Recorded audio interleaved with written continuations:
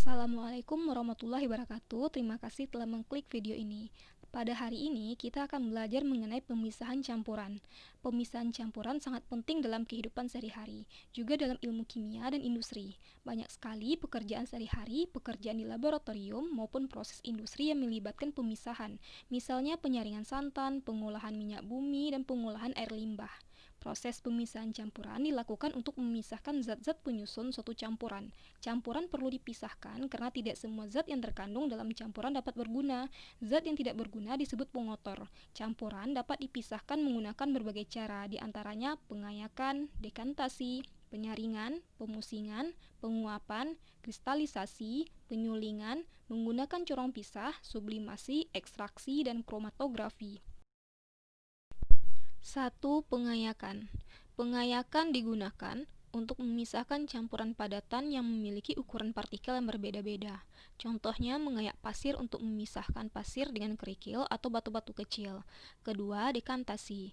Dekantasi digunakan untuk memisahkan campuran yang penyusunnya berupa cairan dan padatan. Massa jenis padatan cukup besar sehingga bisa mengendap di bawah cairan.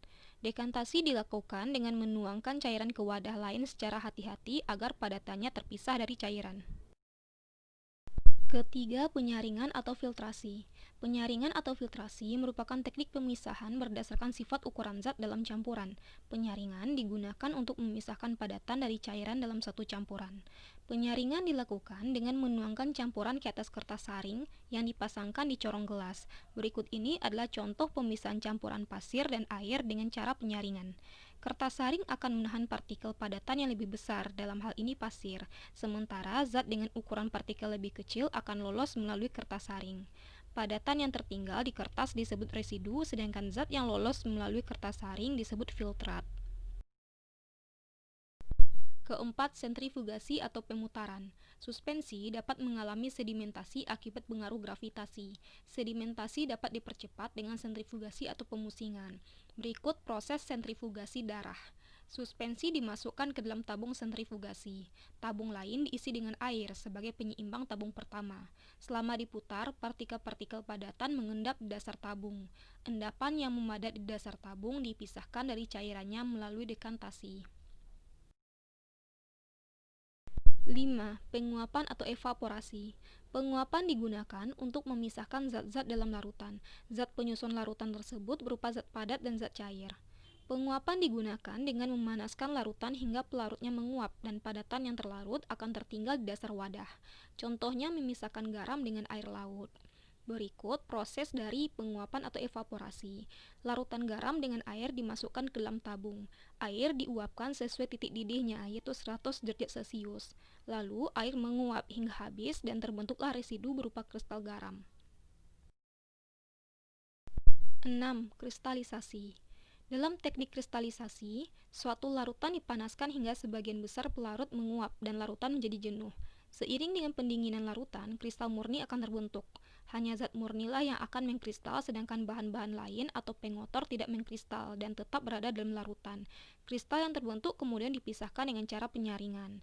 Misalnya pemurnian garam dapur. Garam kotor dilarutkan kembali kemudian disaring untuk memisahkan pasir atau pengotor lain dari larutan garam. Filtrat atau larutan garam kemudian dipanaskan hingga air menguap dan larutan garam menjadi jenuh. Setelah pendinginan, kristal garam murni akan terbentuk. 7. Penyulingan atau distilasi. Distilasi digunakan untuk memisahkan campuran yang berupa larutan. Pemisahan didasarkan pada perbedaan titik didih zat penyusunnya. Distilasi dilakukan dengan memasukkan larutan ke dalam labu alas bulat yang kemudian dipasangkan pada perangkat alat distilasi. Alat distilasi terdiri dari termometer, kolom uap, pendingin, dan wadah penampung. Labu alas bulat yang berisi larutan dipanaskan sampai temperatur di sekitar titik didih zat yang akan dipisahkan. Zat penyusun yang memiliki titik didih lebih rendah akan mendidih dan menguap terlebih dahulu. Uap yang dihasilkan akan naik menuju kolom uap, kemudian kolom pendingin. Di kolom pendingin, uap akan mengalami pengembunan sehingga berubah wujud menjadi cair. Cairan inilah yang kemudian dikumpulkan dalam sebuah wadah penampung. 8. Corong pisah. Corong pisah digunakan untuk memisahkan campuran dua jenis zat cair yang tidak saling melarutkan. Contohnya memisahkan campuran minyak dengan air. Minyak yang memiliki massa jenis lebih kecil daripada air berada di atas, sedangkan air yang massa jenisnya lebih besar berada di bawah. Air dibiarkan turun seluruhnya sampai antara batas air dengan minyak, lalu mulut corong pisah akan dikunci. 9. Sublimasi. Sublimasi digunakan untuk memisahkan zat yang dapat menyublim dari campuran yang tidak menyublim. Contohnya memisahkan kapur barus dari campurannya dengan pasir. Ketika campuran kapur barus dan pasir dipanaskan, kapur barus akan menyublim sedangkan pasir tidak. Uap kapur barus akan segera mengkristal ketika menemui daerah yang cukup dingin. Dengan demikian dapat diperoleh kapur barus murni. 10. Ekstraksi. Ekstraksi adalah suatu proses pemisahan zat padat maupun cair dari campurannya dengan menggunakan pelarut. Pelarut yang digunakan harus dapat mengekstrak zat yang diinginkan tanpa melarutkan zat lainnya. Ekstraksi berhubungan dengan distribusi suatu zat terlarut di antara dua cairan yang tidak saling bercampur. Proses pemisahan ini antara lain diterapkan dalam pengambilan tein dari daun teh, kafein dari biji kopi, dan teobromin dari biji coklat. 11. Kromatografi. Kromatografi digunakan untuk memisahkan campuran yang berupa larutan dan volume campuran yang dipisahkan sangat sedikit. Pemisahan didasarkan pada perbedaan sifat kelarutan zat penyusunnya. Kromatografi sederhana dilakukan dengan meneteskan campuran sederhana pada kertas kromokram yang telah diberi tanda garis. Pelarut akan meresap pada kertas kromatogram dan naik ke atas mengenai tetesan campuran. Zat penyusun campuran yang lebih mudah larut dalam pelarut akan ikut naik bersama pelarut, sedangkan zat penyusun campuran lain akan naik sesuai kelarutannya dalam pelarut. Berikut kegunaan pemisahan campuran dengan cara kromatografi. Pertama, kromatografi dapat digunakan untuk menentukan tingkat pencemaran udara. 2. Kromatografi dapat digunakan untuk mengetahui campuran zat yang digunakan pada makanan.